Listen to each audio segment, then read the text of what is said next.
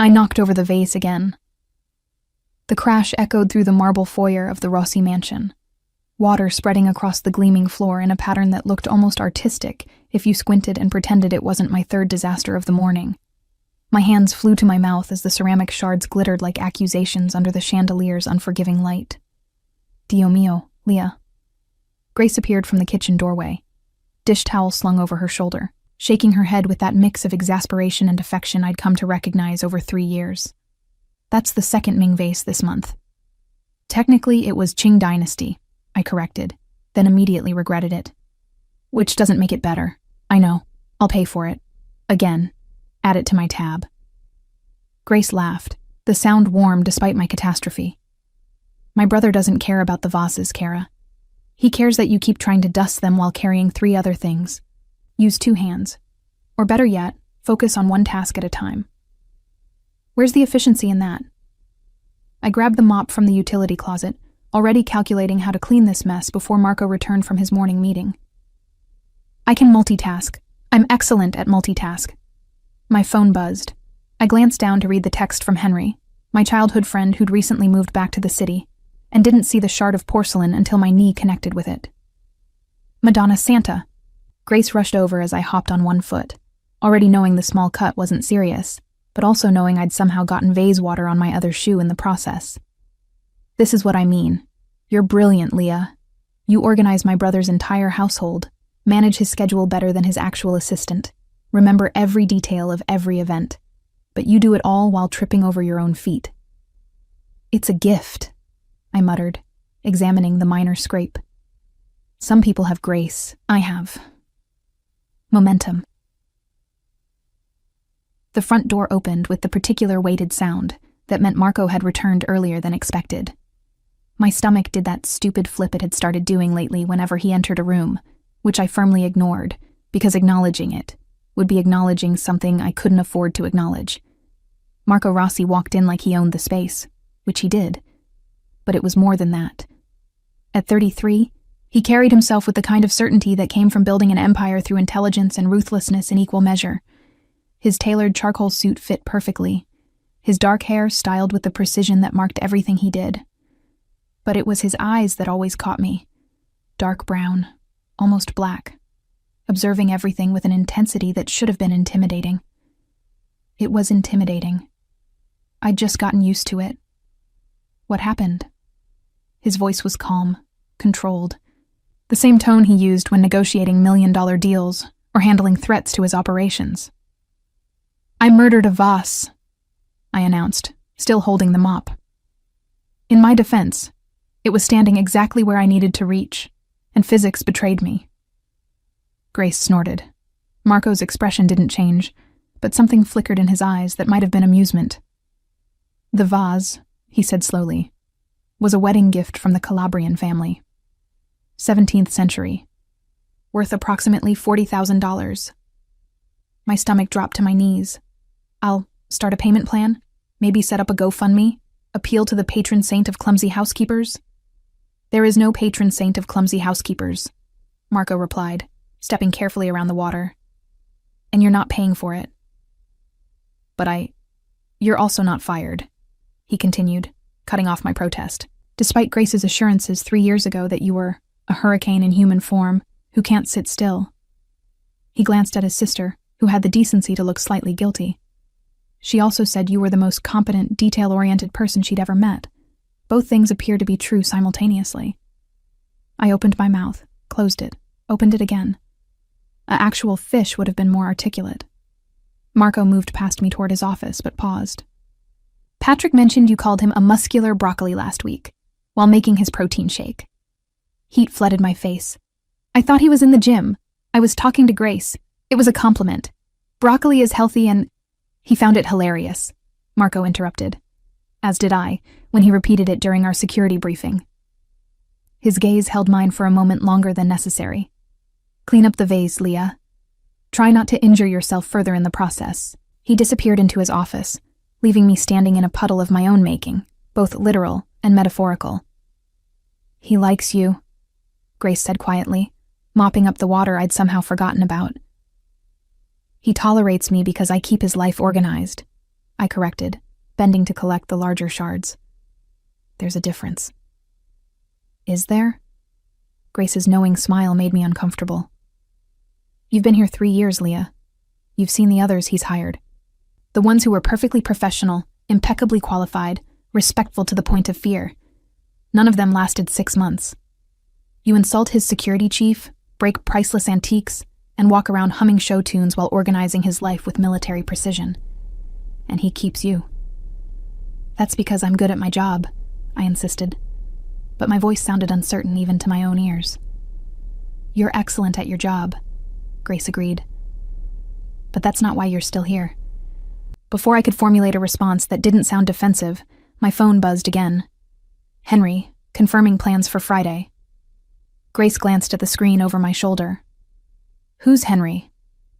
Childhood friend. He moved back to the city last month. We're catching up Friday. I typed a quick confirmation. He offered to drive me to the neighborhood reunion thing. Remember those block parties our old street used to do? You grew up in Little Italy? 3 blocks from where Henry lived. We lost touch when I moved for work, but he looked me up through social media. I pocketed my phone. It'll be nice to see everyone again. Apparently Mrs. Chen still makes those dumplings that could cure any bad day. Grace made a non-committal sound that, in retrospect, should have warned me something was brewing. But I was too busy finishing the cleanup, reorganizing the disaster I'd created, and trying not to think about why my pulse jumped whenever Marco was nearby. The rest of the day proceeded normally, which in the Rossi household meant organized chaos. I coordinated a dinner party for 8, rescheduled 3 meetings, managed to order replacement orchids for the ones I'd overwatered last week, and only tripped twice. Progress. That evening, as I prepared to leave, Marco emerged from his office. Leah. I turned, smoothing my shirt automatically. Yes? The Santoro contract negotiations. You left the updated terms on my desk. With the modifications you wanted, color-coded by priority. The sections requiring immediate attention are marked in red. Yellow for review by end of week. Green for... I know the system. He stepped closer, and I caught the scent of his cologne. Something expensive and subtle that reminded me of cedarwood and confidence. You anticipated the counter-arguments I'd need for Sections 7 and 9. Added supporting data I hadn't requested.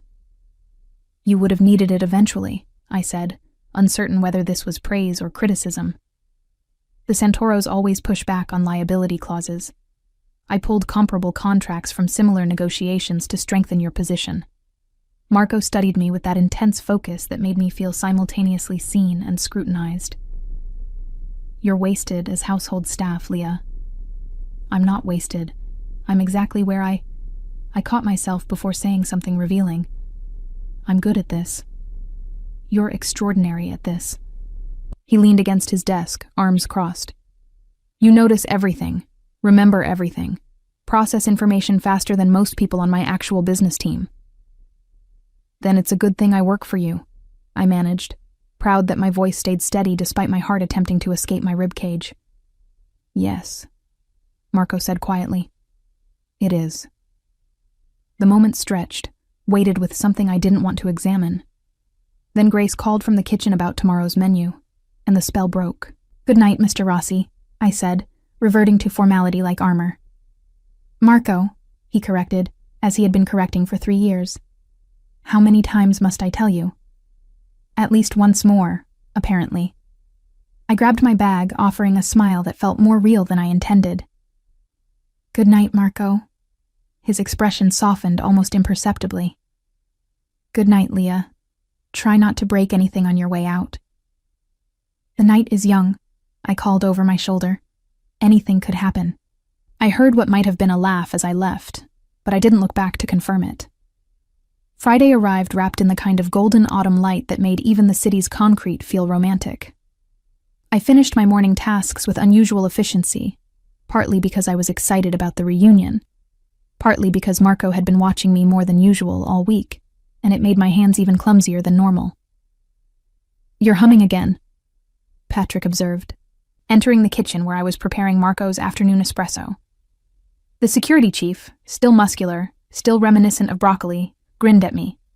Hot date? Childhood friend picking me up for a neighborhood thing, I corrected, measuring the coffee grounds with the precision Marco preferred. Not that my social life is anyone's business, Broccoli Man. You're never going to let that go, are you? Never, I confirmed cheerfully. Own your vegetable identity, Patrick. It suits you. He laughed, but his radio crackled before he could respond. Boss needs you in the study, he said, suddenly professional. Something about the shipping manifests. I delivered Marco's espresso first. Perfect temperature, perfect crema, and found him staring at his computer screen with the particular intensity that meant someone had made an error, and he was deciding how severely to handle it. The Rotterdam shipment, I said, setting down the cup. The containers were mislabeled. I already contacted the port authority and our customs broker. It's being corrected now. Should clear by Tuesday. Marco looked up, and something in his expression made my breath catch. You handled it already. 2 hours ago, when I saw the discrepancy in the morning report. You were on the phone with the Calabrians, so I took initiative. I hope that was appropriate. It was more than appropriate. He stood, moving around the desk in that fluid way he had. Leah, you realize most of my actual staff wouldn't have noticed that error until it caused a significant delay? I shrugged, uncomfortable with the praise. I just pay attention. It's not that remarkable. It is to me. His voice dropped lower, more intimate. You've become indispensable. The word hung between us, heavy with implications I couldn't afford to explore. I should finish the library reorganization before Henry arrives. Grace mentioned you wanted the reference section. Henry. Marco's tone shifted, cooling slightly. The childhood friend. Right. He's picking me up at 6. I checked my watch, already calculating how much time I had. The reunion starts at 7, but knowing Mrs. Chen, the food will be ready early, and if we're late, we'll miss the good dumplings. He's driving you. It wasn't a question, but I answered anyway. My car's in the shop. Timing belt. Henry offered when I mentioned it yesterday. He's going to the reunion too. He grew up 2 blocks from my family.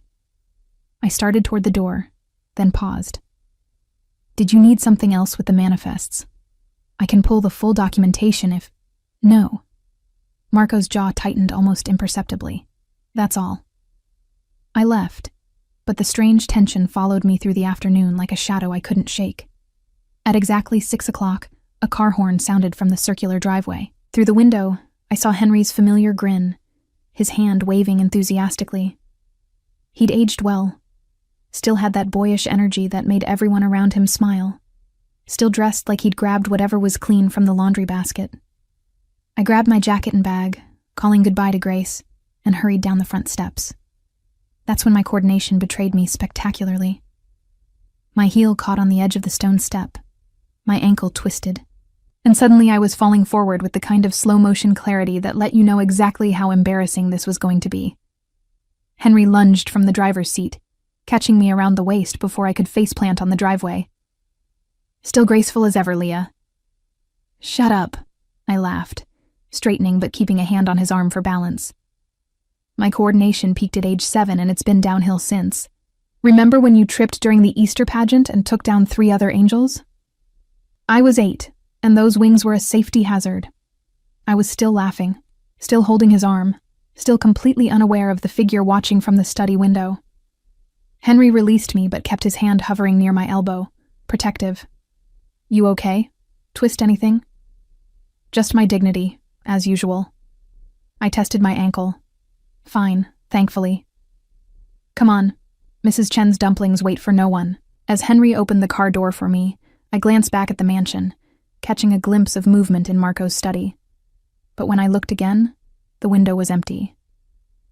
The reunion was exactly what I needed. Loud, chaotic, full of people who'd known me when I was gap-toothed and couldn't walk 3 steps without tripping. Mrs. Chen's dumplings were as perfect as memory promised. The neighborhood gossip was deliciously petty, and Henry kept me laughing with stories about his new job in graphic design. You seem happy, he observed around 9 o'clock. As we stood near the dessert table. Different than I remember. More. Settled. I like my job, I said, surprising myself with how true it was. My boss is demanding but fair. His sister is wonderful. The work is challenging. I'm good at it. Just good? Henry's eyes held knowing amusement. Leah, you were always brilliant. You just hid it behind the chaos. The chaos isn't hiding anything. The chaos is authentic. I grabbed a cannoli, biting into it with probably too much enthusiasm. I just learned to use it. Turns out being scattered works if you're scattered in all the right directions simultaneously. We stayed until nearly 11, and I was still laughing about something ridiculous when Henry pulled up to the Rossi mansion. The house was mostly dark except for Marco's study. He often worked late, handling business across different time zones. Thanks for tonight, I said, gathering my bag. I needed this. Anytime. We should do it more often. Henry smiled. Maybe next Friday? There's a new Italian place downtown that... Leah. Marco's voice cut through the night, sharp and cold. I turned to find him standing in the doorway, still in his work clothes but with his tie loosened, top button undone. The porch light cast his face in severe shadows, making him look almost dangerous. Mr. Rossi, I said automatically, then caught myself. Marco, you're still up. Who is this? Not a question, a demand. Henry, bless him, had no idea he'd just stepped into something complicated. Henry Mitchell, old friend of Leah's. You must be her boss. She's mentioned how demanding you are. He said it warmly, like it was a compliment. Marco's expression didn't change, but the temperature seemed to drop 10 degrees. How long have you been seeing each other? We're not... I started, but Henry, oblivious to the minefield, jumped in. Just reconnected last month. Can you believe it? Lost touch for 7 years. Then I literally ran into her at the grocery store. Felt like fate. Fate. Marco repeated the word like it tasted wrong. How convenient. Marco, I said carefully, sensing danger I couldn't quite identify. Henry and I are just friends. Childhood friends. He gave me a ride to a neighborhood reunion. That's all. That's all, Marco echoed, his gaze never leaving Henry. You should go, Mr. Mitchell. Leah has work tomorrow, early. The dismissal was absolute. Henry glanced at me, confused but polite enough not to argue. Right. Of course. See you next week, Leah? Maybe, I said, wanting to sound normal but hearing the uncertainty in my voice. I'll text you. After Henry drove away, I stood on the driveway, staring at Marco, who stared back with an intensity that made my pulse race for entirely wrong reasons. What was that? I demanded, finding my courage. You were incredibly rude. Was I... He descended the steps slowly, each movement controlled. Tell me, Leah, how often has Mr. Mitchell been driving you places, picking you up, taking you to reunions? Tonight was the first time. What is your problem? My problem, Marco said, voice dangerously soft, is that I don't know this man. I don't know his intentions. I don't know if he's safe. He's Henry. I've known him since I was 6. He's harmless. No man is harmless around you. The words hung in the air between us, loaded with meaning I couldn't process. Marco's jaw clenched like he regretted speaking, but his eyes held mine, unflinching. That's not fair, I said quietly. You don't get to police my friendships. You're my employer, not my keeper. Am I? The question was barely audible. Is that all I am to you, Leah? My heart hammered against my ribs. What else would you be? For a moment I thought he might answer honestly, but then his expression shuddered, walls slamming back into place. Nothing, he said, turning toward the house. Get some rest. Tomorrow's schedule is demanding. I watched him disappear inside, leaving me standing in the driveway, confused and inexplicably hurt by something I couldn't name. Grace found me 10 minutes later, still standing there like an idiot. He saw you, she said simply. Through the study window. Saw Henry catch you. Saw you laughing. Saw the way you touched his arm. So? So my brother, who never loses control, just interrogated your friend like he was a hostile witness. Grace's expression was sympathetic. Leah, Kara, when are you going to admit what's happening here? Nothing's happening, I insisted. He was just being overprotective. You know how he is about security. That wasn't security. Grace squeezed my shoulder. That was jealousy. And if you can't see it, you're not as observant as I thought." She left me with that bomb, and I stood in the darkness, replaying every moment, every glance, every weighted word. Marco Rossi, jealous. Over me. It was impossible. It was absurd. It was, my traitorous heart whispered, exactly what I'd been hoping for without admitting it. The following week passed in a strange, tense dance where Marco and I circled each other like wary combatants who'd forgotten why they were fighting. He was colder, more distant, every interaction clipped to pure necessity. I was defiant, deliberately cheerful. If he wanted to be ridiculous about Henry, fine. I'd be aggressively normal about my friendship. Wednesday afternoon, my phone buzzed during lunch preparation. Henry, asking about Friday plans. Before I could think better of it, I answered his call on speaker while chopping vegetables. "Leah, so, that Italian place? Are we on for Friday?" "Absolutely," I said, perhaps too enthusiastically. "What time?" 7:30? I'll pick you up from work again if that's easier." "Perfect. See you then." I hung up and turned to find Marco standing in the kitchen doorway, his expression carved from ice. "Another date," he said flatly.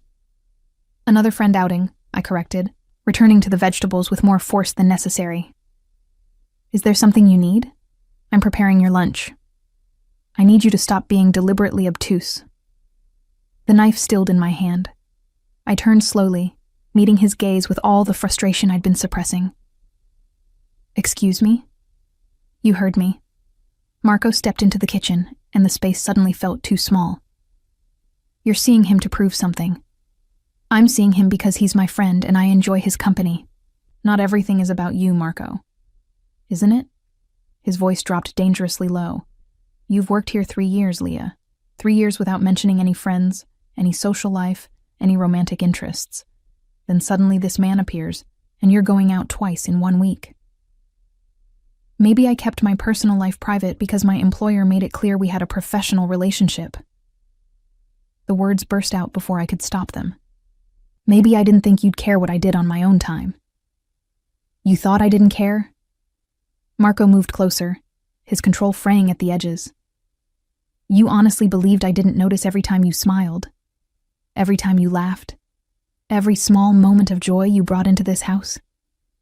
My breath caught. "Marco, I notice everything about you, Leah." His hands clenched at his sides like he was physically restraining himself. "The way you hum when you're concentrating. How you bite your lip when you're worried about making a mistake. The fact that you always triple-check the coffee temperature because you know I'm particular. That you can't walk 3 steps without tripping over something, but you remember every detail of contracts you glanced at once. Then why—" My voice cracked. "Why are you only saying this now? Why only when Henry's involved?" "Because I'm a coward." The admission seemed to cost him. "Because you deserve better than a man whose hands are stained with blood. Because I convinced myself professional distance was kindness. And because watching another man catch you, make you laugh, plan dinners with you, it broke something in me I didn't know could break." The kitchen fell silent except for our breathing. "You're jealous," I whispered, finally saying it aloud. "Yes." No hesitation. "Irrationally, completely, frustratingly jealous of a man I've never met, who's done nothing wrong except exist near you." I should have been angry, should have maintained boundaries, should have protected myself. Instead, I said, "Henry's gay, Marco." He blinked. "What?" "Henry's gay. Happily partnered for 3 years with a man named Thomas, who's a pediatric surgeon. He couldn't make the reunion because he was on call." Henry showed me approximately 400 pictures of their cat, Mr. Whiskers, who apparently has Instagram followers. Marco's expression cycled through several emotions too quickly to track. "He's not remotely interested in me romantically. Never has been. We're friends. Actual, platonic, childhood friends who lost touch and reconnected." I crossed my arms, suddenly aware I'd been defending myself against accusations no one had made. "The Italian restaurant? He wants me to meet Thomas officially. It's a double friend date situation where I'll probably be the awkward third wheel talking too much about pasta shapes." "Pasta shapes," Marco repeated faintly. "I have opinions about pasta shapes. It's a whole thing. I was babbling now, nervous energy spilling out.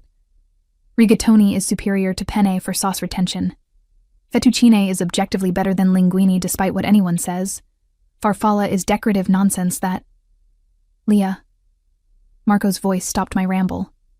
I've been acting like a possessive fool. Yes, I agreed. You have. You interrogated an innocent man, glared at me for a week, and generally behaved like someone with... I stopped, suddenly understanding what Grace had been trying to tell me. Like someone who cares. The words hung between us, fragile and enormous. I do care. Marco's control was completely gone now, raw honesty replacing it. More than I should, more than is appropriate, more than I can rationally explain. He ran a hand through his hair, destroying its perfect styling. You walked into this house 3 years ago, broke a lamp within the first hour, called my accountant mathematically aggressive, and somehow became the center of my entire world. My heart was doing gymnastics.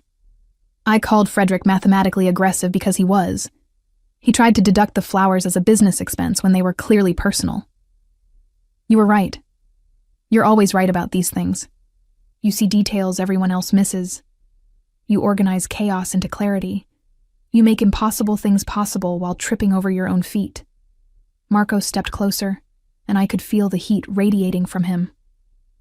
And somewhere in the last 3 years, I stopped seeing you as staff and started seeing you as you. Brilliant, chaotic, essential you. Marco. My voice came out breathy. This is complicated. I know. You're my employer. I know. There are power dynamics and professional boundaries and... I know all of it, Leah. His hand rose, hovering near my face but not touching, asking permission. Tell me I'm alone in this. Tell me you don't feel it too, and I'll step back. I'll maintain distance. I'll be only your employer. But tell me the truth. I should have lied. Should have protected us both. Should have been smart. Instead, I said, I notice things too, you know, like how you always pour your own coffee when I'm running late so I don't stress about it. How you rescheduled the Calabrian meeting last month because you knew I had a migraine, even though I didn't mention it. How you keep replacing the vases I break with cheaper versions, so I stop panicking about the cost. How you look at me sometimes like I'm something precious instead of something clumsy. His thumb brushed my cheek, the touch sending electricity through my entire nervous system. You are precious, clumsy and precious, chaotic and perfect. I'm going to drop something if you keep saying things like that. Fair warning. Marco laughed, actually laughed, and the sound was worth every broken vase, every awkward moment, every complicated feeling I'd been suppressing. Drop whatever you want, he said.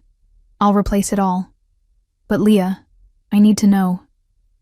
I feel it too, I interrupted, because apparently I couldn't let him finish sentences tonight. I've felt it for months, maybe longer. I just thought. I bit my lip. You're perfect, Marco. Controlled and powerful and successful. I'm the disaster who reorganizes your files while humming show tunes. I never imagined you'd look at me as anything but the hurricane your sister hired. Perfect. He repeated the word with something like wonder. Leah. I haven't felt human in years. I built walls so high I forgot what it felt like to want something beyond power and control. And then you appeared, breaking things and making terrible vegetable-based insults. And suddenly I was human again. Feeling things. Wanting things. His forehead touched mine. Wanting you. This is happening, I whispered. We're actually doing this. Only if you want it. Your choice. Always your choice. I thought about 3 years of carefully maintained professionalism, about power dynamics and appropriate boundaries, about all the rational reasons this was complicated. Then I thought about Marco's rare smiles, about the way he said my name like it mattered, about feeling seen, truly seen, for the first time in my adult life. I want it, I said. I want this. I want you. Even though you're going to drive me crazy with your control issues and I'm going to drive you crazy with my chaos. I'm counting on it. His smile was devastating. Though perhaps we should establish some ground rules. Like what? Like you're not staff anymore. Not really. We need to redefine this relationship properly. Marco's thumb traced my jawline. I'll hire someone else for household management. You'll work with me in the business side if you want. Your organizational skills are wasted on dusting and meal planning. But regardless, we're equals, Leah. In every way that matters. I like dusting, I protested weakly. And meal planning. And organizing your chaos. Then you can continue doing it because you choose to, not because you're employed to. The point is, removing the power imbalance. You've thought about this. I've thought about nothing else for months. He pulled back slightly, his expression serious. I need you to understand what you're accepting, Leah. My world isn't simple. There are dangers, complications, things I'm not proud of. If we do this, you're choosing all of it. I thought about the last 3 years, about the men in suits who visited for meetings, about the careful way Patrick and the security team operated, about things I'd observed and never questioned because they weren't my business. I'm not naive, Marco. I know who you are, what you do. I met his gaze steadily. I choose it anyway. I choose you anyway. The kiss, when it finally came, tasted like espresso and possibility, and 3 years of restrained wanting. His hands cradled my face like I was something breakable, and I gripped his shirt like he might disappear if I let go. When we finally broke apart, both breathing hard, Marco rested his forehead against mine. I'm still going to dinner with Henry on Friday, I said, because he's my friend, and I want to meet Thomas properly and discuss pasta shapes. Marco laughed against my hair. I wouldn't expect anything less, though I reserve the right to be irrationally anxious about it despite knowing better. You can text me obsessively. I'll respond with terrible vegetable puns about whatever we're eating. That's not reassuring. I never promised to be reassuring. I promised to be me. I pulled back to look at him. Chaotic, clumsy, too honest me. That's all I want, Marco said simply. That's all I've ever wanted. Grace found us an hour later, still in the kitchen, talking about everything and nothing, while I finally finished preparing lunch with Marco, watching like I was performing surgery instead of making sandwiches. Finally, Grace said, not even pretending to be surprised. I was beginning to think I'd have to lock you both in a closet. You knew? I asked. Everyone knew, Kara. Everyone except you two. She kissed her brother's cheek. Try not to break her. She's the best thing that's happened to this family in decades. I'm more worried about her breaking things, Marco said dryly, pulling me against his side. Starting with my composure. Your composure was already broken, I pointed out. I just helped you notice. And really, that was the truth of it. Marco hadn't changed. I hadn't fixed him. We'd simply stopped pretending we were anything other than what we'd become. Two people who saw each other clearly despite the chaos and control, and chose each other anyway. The shift from employer-employee to something infinitely more complicated happened gradually, like watching dawn break, imperceptible, until suddenly everything was illuminated. Monday morning, I arrived at the mansion to find my workspace had been transformed. The small desk in the corner of the kitchen where I'd managed household tasks for 3 years was gone. In its place, nothing. Instead, Grace directed me to the second-floor office adjacent to Marco's study, a room I'd always assumed was storage. It wasn't storage. Floor-to-ceiling windows overlooked the garden. A desk that probably cost more than my car sat positioned to catch natural light. My files, all of them, were already organized on custom shelving. A laptop, far superior to the ancient one I'd been using, sat waiting with my login already configured. Marco had Patrick and the staff move everything overnight, Grace explained, leaning against the doorframe with a knowing smile. He's been planning this for 2 weeks, since before the Henry situation, actually. He was just waiting for the right moment. I ran my fingers over the desk's smooth surface. This is too much. It's appropriate. You're not cleaning and organizing anymore, Leah. You're consulting, managing, actually using that brilliant brain of yours. Grace moved into the room, her expression turning serious. My brother is giving you a real position because you've earned it. Not because you're together now. Those are separate things. Are they?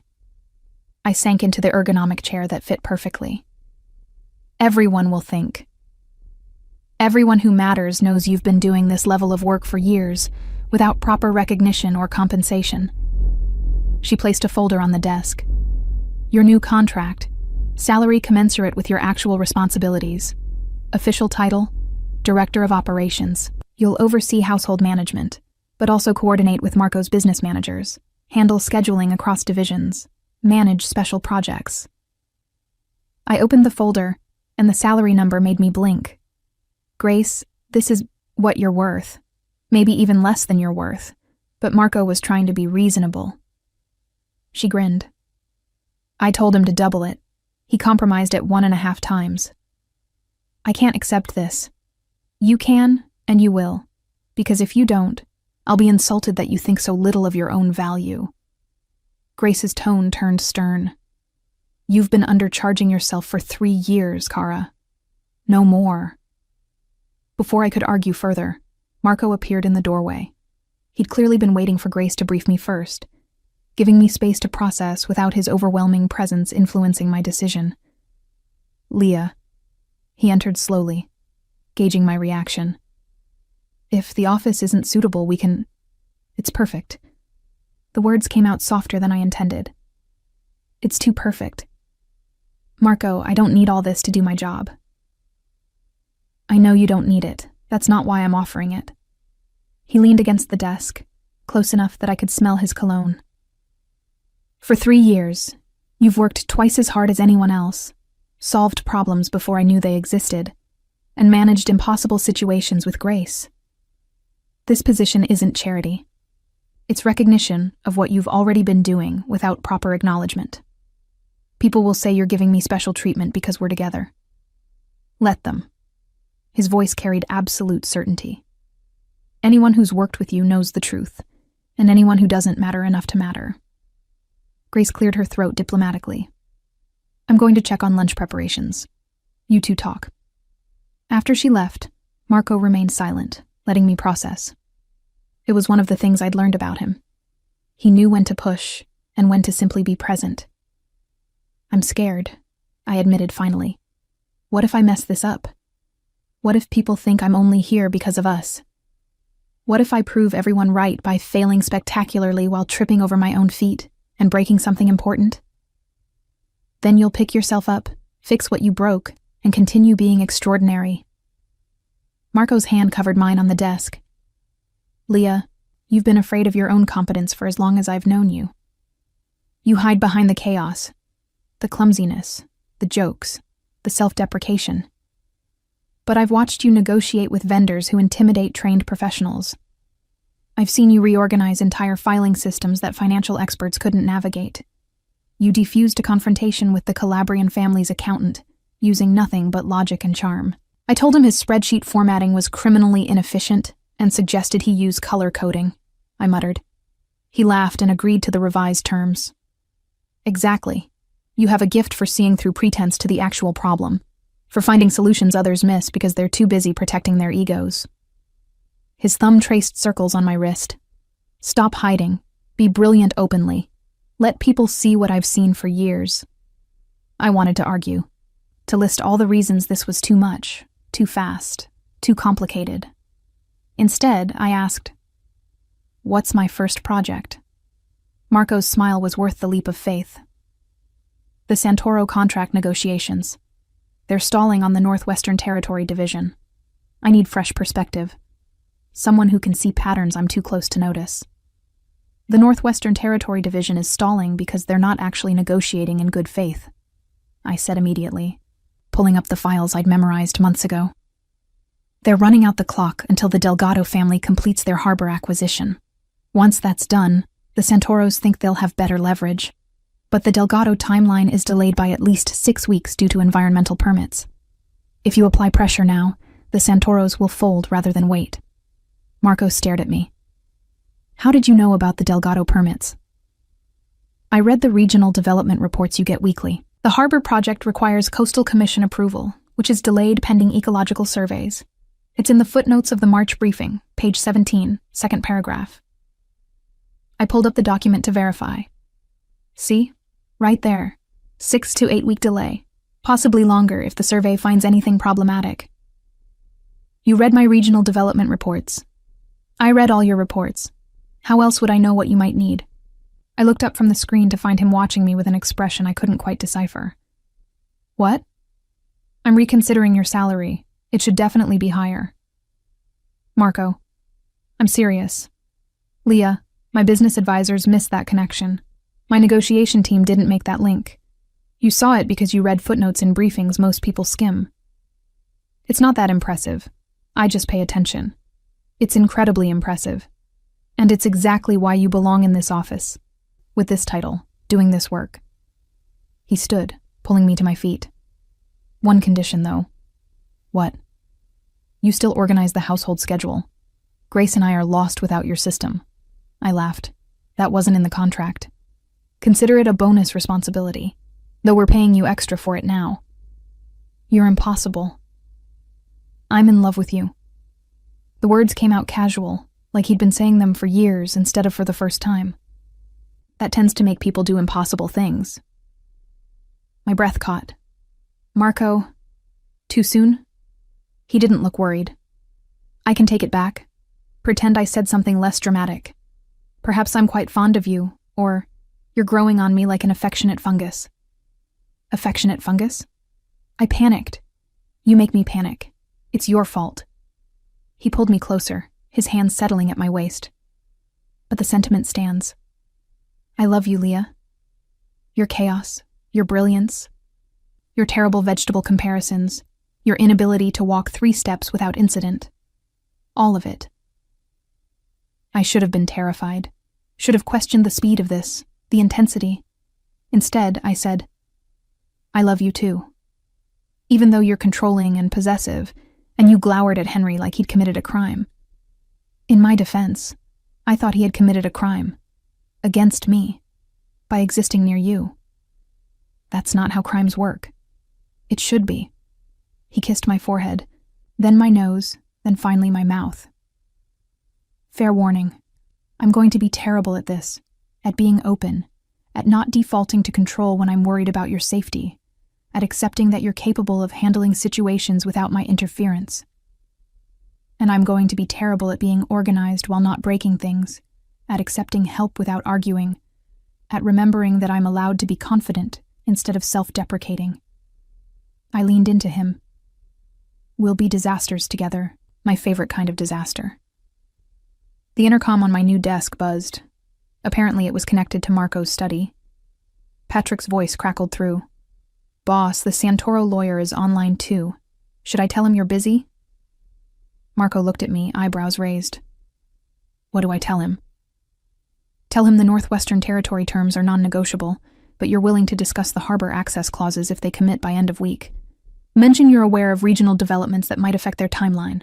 Let him infer you know about the Delgado delay without stating it outright. That's my line? That's your leverage. Make them think you know more than you do, which you do now, because I told you. I shooed him toward his office. Go negotiate. I have work to do. Apparently I'm director of operations now. Very important. Much responsibility. Leah, I turned back.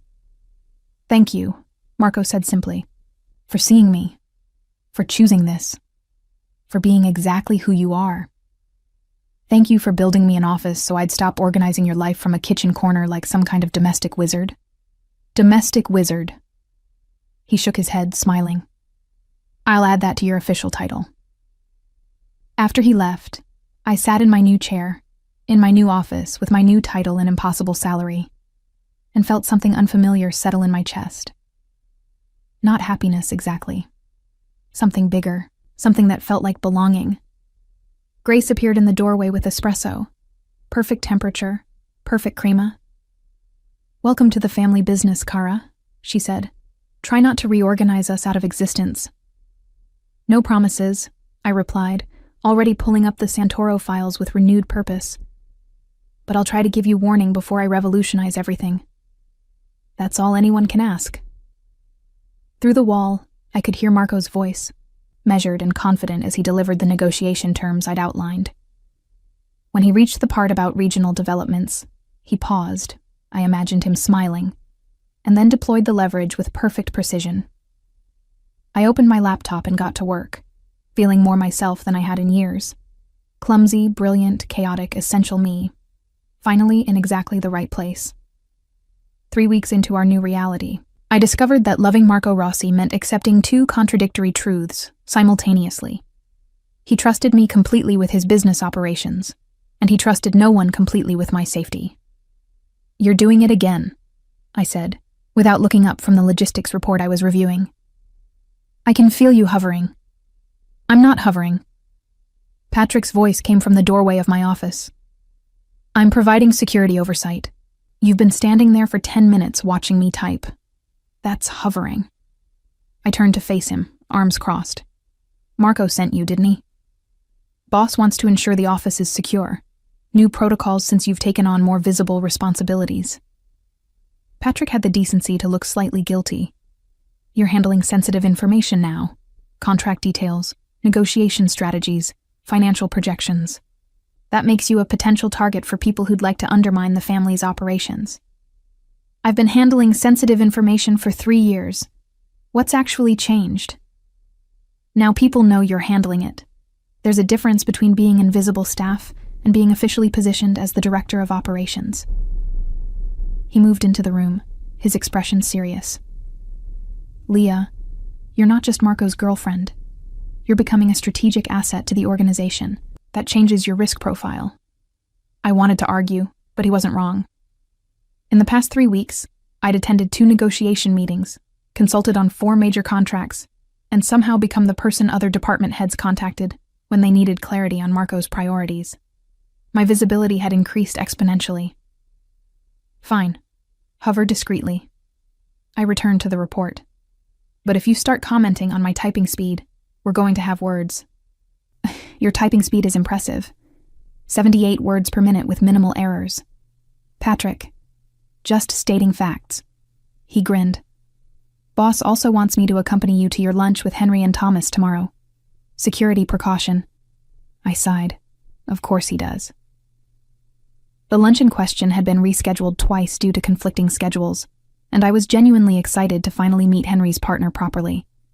But Marco had been increasingly anxious about it, despite now knowing Henry posed zero romantic threat. "It's not about Henry," Marco had explained the previous evening as we reviewed contracts in his study. "It's about you being in public spaces without security, establishing patterns that people could track, being vulnerable. I'm having lunch with friends, not conducting espionage. To anyone watching, you're now a known associate of the Rossi family. That alone makes you interesting." His hand had found mine across the desk. "I'm not trying to control you, Leah. I'm trying to protect you from dangers you haven't encountered yet because I've kept them away from you." Now, facing Patrick's protective stance, I understood Marco's concern wasn't about jealousy. It was about a world I was only beginning to fully understand. "Okay," I said finally. "You can come to lunch. But you're sitting at a separate table and pretending not to know us."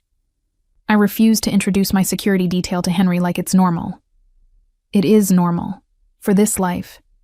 It's not normal for me. Not yet. I saved the report and stood.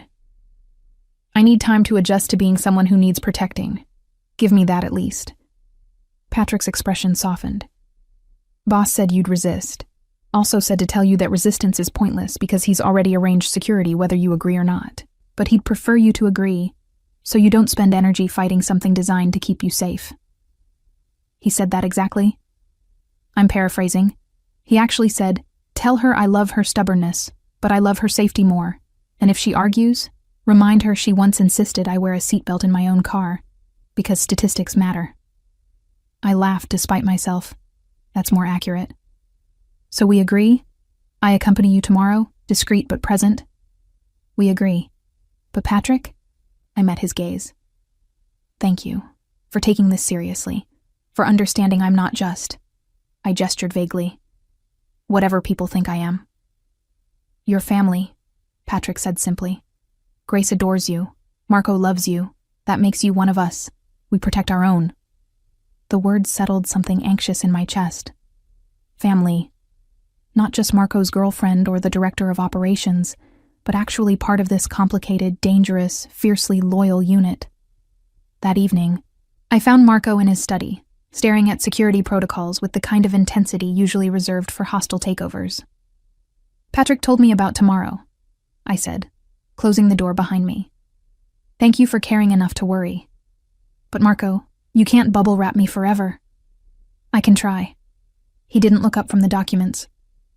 These are threat assessments from the last 6 months. 3 separate attempts to gather information about my operations through indirect approaches.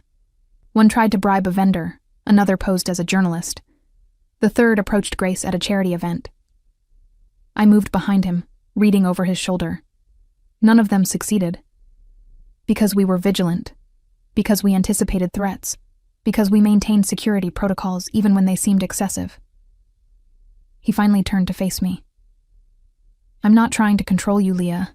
I'm trying to ensure you're still here next week, next month, next year. That I don't lose you because I was too concerned about seeming overbearing to implement proper protection. You won't lose me. I knelt beside his chair, taking his hands. But you need to trust that I'm not as fragile as you fear. I've survived 25 years of spectacular clumsiness. I can survive being loved by you. It's not the same thing. Isn't it? You're worried I'll get hurt because of who you are. I'm worried I'll break something important in your life because of who I am. We're both afraid of our own natures damaging the other person. I squeezed his hands. But Marco, I choose this. The security concerns, the complications, the visibility. I choose all of it because I choose you. His thumb traced my cheekbone.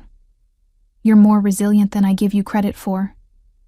And you're more terrified than you admit, which is actually sweet, in a controlling Italian way. Controlling Italian way? He pulled me into his lap with a raised eyebrow. Should I be insulted? You should be aware that your particular brand of protective intensity is very culturally specific. I settled against him, feeling the tension gradually leave his shoulders. Also that I find it simultaneously frustrating and endearing. Simultaneously. I'm complex. I contain multitudes. You should know this about me by now. Marco laughed, the sound vibrating through his chest into mine. I'm learning.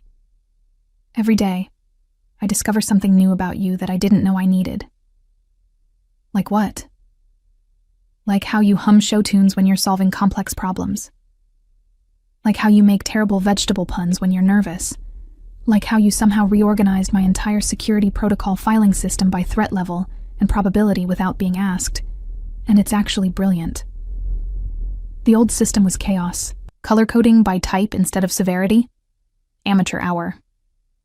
You're perfect, Marco said softly. Perfectly imperfect. Chaos organized into beauty. That's the nicest thing anyone's ever said about my organizational skills. I meant it about you. The organizational skills are secondary. We sat there in comfortable silence, the weight of his arms around me feeling less like control and more like home. Tomorrow, I said eventually, you're going to worry the entire time I'm at lunch. You'll probably text Patrick every 15 minutes for updates. You'll imagine worst-case scenarios that would never actually happen. Accurate assessment. And I'm going to go anyway, have a lovely meal with my friends, discuss pasta shapes and probably embarrass myself at least twice.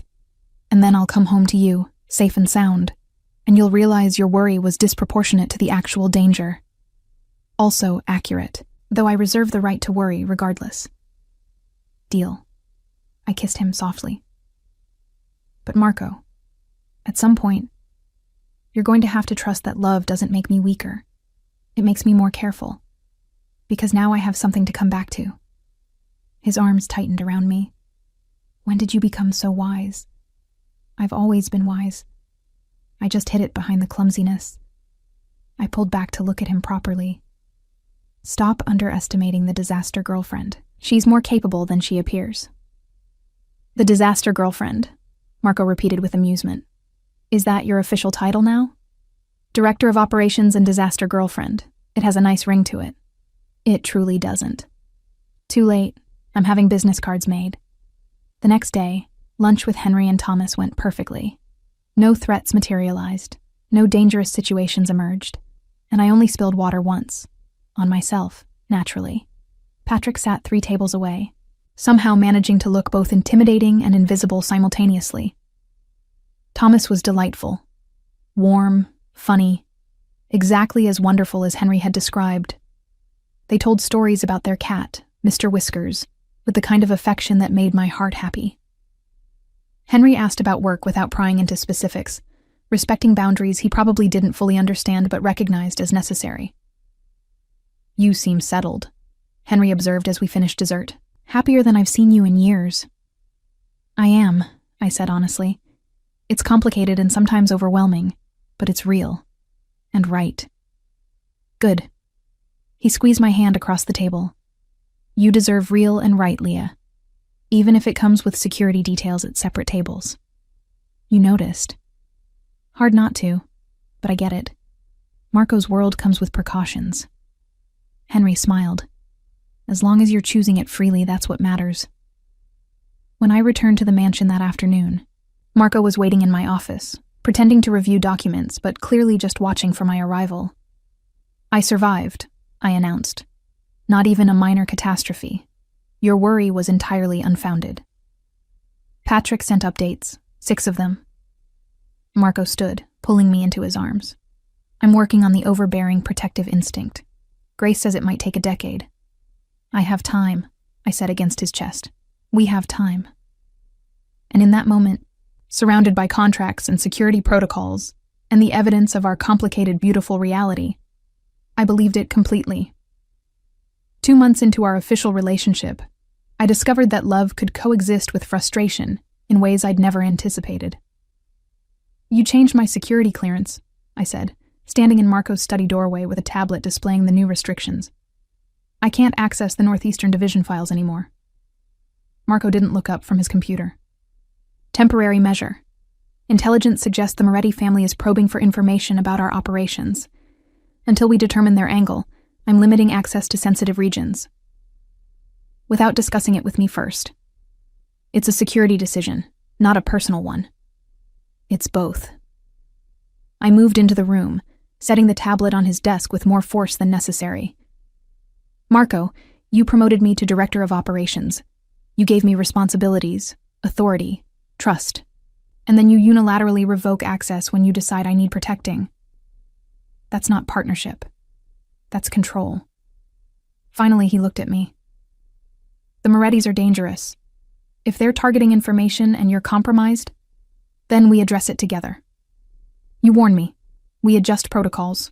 We make decisions as a team." I crossed my arms. "You can't love me and trust me while simultaneously treating me like a liability that needs managing." "You're not a liability. You're—" He stopped himself, jaw tightening. "I'm what? Too important to risk? Too precious to expose to reality?" My frustration bubbled over. "I understand your world better than you think, Marco. I've watched, listened, connected dots you assumed I'd miss. I know about the shipping routes through Rotterdam that aren't just shipping. I know the real estate acquisitions in the harbor district involve more than property development. I know because I'm not naive, and I'm not blind." The silence stretched between us, heavy with implications. "You know," Marco said quietly, "and you've never said anything. Because knowing and needing to discuss are different things. You protect me from details I don't require. I respect that. But don't protect me so thoroughly that you erase the person you fell in love with. The one who sees clearly, thinks strategically, and handles complex situations without falling apart." Marco stood, moving around the desk. "I'm terrified of losing you. Every decision I make is filtered through that fear. The Morettis, the Calabrians, even minor threats. They all represent possibilities where you get hurt because of me. Then let me help navigate those threats instead of hiding me from them." I softened my tone, seeing the genuine fear beneath his control. "I'm not asking to be involved in the dangerous parts. I'm asking to be treated as someone capable of understanding them. There's a difference." "You're right." The admission seemed to cost him. "I'm overcompensating. Grace told me the same thing last week. Patrick mentioned it yesterday. Apparently I'm suffocating you while thinking I'm protecting you." "You're not suffocating me. You're just hovering, very intensely, in multiple time zones simultaneously." Despite the tension, Marco's mouth quirked. "That's specific. I access the security logs. You've been monitoring my location even when Patrick's with me. That's hovering in stereo, Marco. It's excessive." It's loving you, he countered, but without his earlier defensiveness. But I hear what you're saying. I'll restore your access. I'll include you in security discussions that affect you. I'll trust that the woman who reorganized my entire operation while tripping over furniture can handle knowing about the Moretti situation. Thank you. I moved closer, taking his hands. I'm not asking you to stop worrying. Worry all you want. Just don't let worry turn into control disguised as protection. Noted. Though you should know the Moretti situation is actually concerning, not manufactured danger to justify my behavior. Real, strategic probing into our northeastern operations. Then brief me properly. Tell me what to watch for, what information they're likely seeking, how I can help, instead of being a weakness to guard. Over the next hour, Marco laid out the situation with complete honesty. The Morettis wanted territory they'd lost in a negotiation years ago. They were gathering intelligence on current operations, looking for leverage points. My access to comprehensive files made me a potential target, not for physical harm, but for social engineering or information extraction. They might approach me, I said, processing. Pose as vendors, clients, friendly contacts trying to gather details. Exactly. Which is why I wanted to limit your access. Less information means less value as a target. But it also means less ability to recognize when I'm being targeted. I pulled up the Northeastern Division files he'd restored. If I don't know what's sensitive, I can't protect it properly. Better to know everything and be alert than know nothing and be vulnerable through ignorance. Again, you're right. I'm learning that your instincts for strategy are usually better than my instincts for protection. They're different instincts, I corrected. Both valuable. We just need to use them together instead of in opposition. The Moretti threat materialized 3 days later, exactly as we'd anticipated, but from an unexpected angle.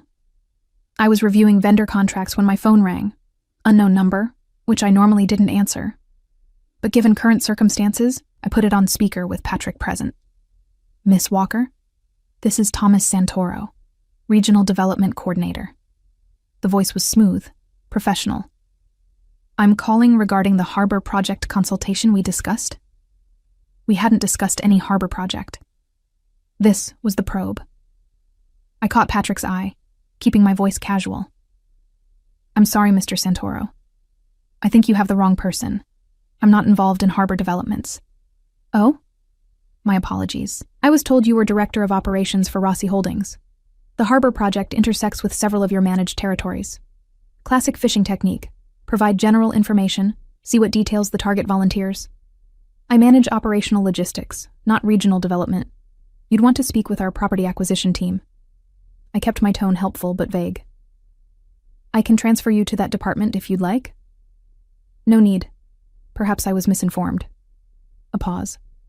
Though if you do happen to review any files related to Northeastern Harbor access, I'd be interested in discussing potential collaboration. The Moretti family is always looking for mutually beneficial arrangements. There it was, the Moretti name, dropped deliberately. I'll keep that in mind if anything relevant crosses my desk, I said pleasantly. Thank you for calling. After disconnecting, Patrick was already texting Marco. That was smooth. Most people would have either volunteered information or gotten defensive. Most people haven't spent 3 years watching Marco negotiate. You learn to recognize fishing expeditions. I documented the call in our security log. They know my name, my title, and that I have file access. What they don't know is whether I'm aware enough to recognize their approach. Now they know you are. That'll change their strategy. Good. Better they approach me carefully than assume I'm an easy target. When Marco arrived home that evening, he pulled me into his study before I could even set down my bag.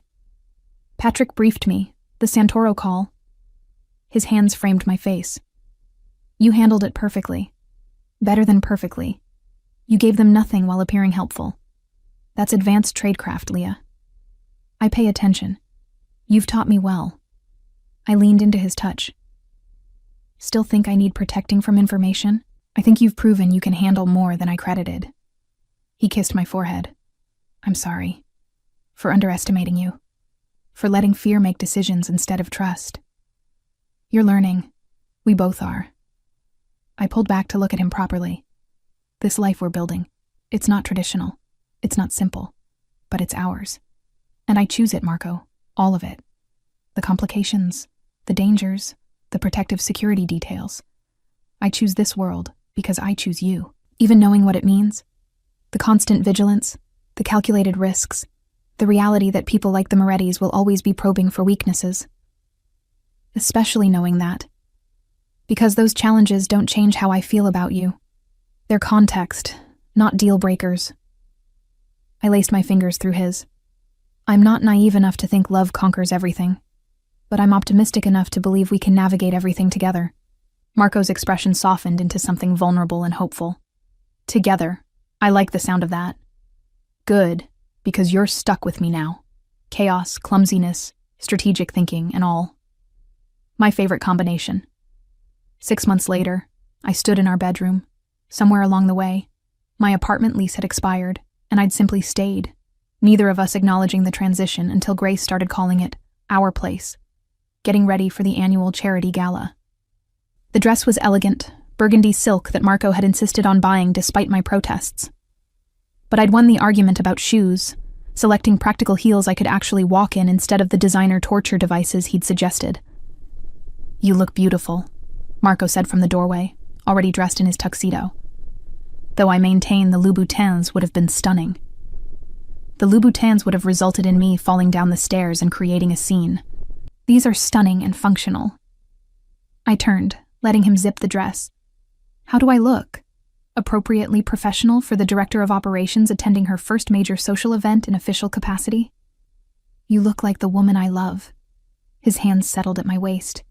But yes, also appropriately professional. Grace will be proud. The gala was everything I'd expected. Wealthy donors, careful politics, the subtle dance of power and influence. But this time, I wasn't serving. I was participating. Marco introduced me without hesitation to business associates, rivals, allies. Not as his girlfriend trying to hide in the background, but as his partner in every sense that mattered. So you're the one who reorganized the Northeastern operations, a silver-haired man said during cocktails. Santoro mentioned you were formidable. Mr. Santoro called me by mistake, I replied smoothly. But I appreciate the compliment nonetheless. The man laughed, understanding the unspoken message. Smart and diplomatic. Rossi chose well. After he moved on, Marco leaned close. You just earned respect from the Calabrian family's financial advisor. That's not easy. I simply told the truth. I am smart and diplomatic. I sipped champagne. Also, your security protocols are showing. Patrick hasn't taken his eyes off me all evening. Can you blame him? You're the most interesting person here. I'm the person who tripped over the red carpet entrance, which you recovered from with grace, immediately made a self-deprecating joke to the photographer, and turned a potential embarrassment into a charming moment. Marco's pride was evident. You're extraordinary, Leah. I wish you saw yourself the way I see you. I'm getting there, slowly, with help from an overprotective Italian with control issues and an inconvenient habit of being right about my capabilities. Inconvenient for whom? For me. Makes it harder to hide behind self-doubt when you keep proving I'm more competent than I pretend. We danced later, surrounded by the same wealthy elite I'd once served. The difference was surreal. Same venue, different perspective. Then, I'd been invisible. Now, I was seen. What are you thinking? Marco asked, sensing my contemplative mood. That a year ago, I was delivering desserts to this hotel through the service entrance. Now I'm dancing in the ballroom with the man who owns it. I met his eyes. It's strange and wonderful and slightly terrifying. Regrets? None. Questions, yes. Doubts about whether I belong here occasionally. But regrets? Never. I rested my head against his shoulder. You gave me a chance to be more than I thought possible. This life, this work, this partnership, it's everything I didn't know I wanted. You gave me something too, Marco said quietly. You gave me the courage to be human again, to want things beyond power and control, to believe I could be loved not despite who I am, but including all of it. The song ended, but we remained on the dance floor, swaying gently while other couples moved around us. I love you, I said simply. Your control issues, your protective instincts, your terrible habit of monitoring my location across multiple platforms. All of it. I love you too. Your chaos, your brilliance, your inability to walk without incident, your spectacular vegetable-based insults, and your capacity to reorganize my entire world while humming show tunes. We're ridiculous. We're perfect. And standing there in the ballroom where our complicated story had begun, surrounded by the life we were building together, I believed him completely. We were chaos and control, finding balance, disaster and precision, creating harmony. Two people who'd learned that love isn't about being perfect. It's about being perfectly imperfect together.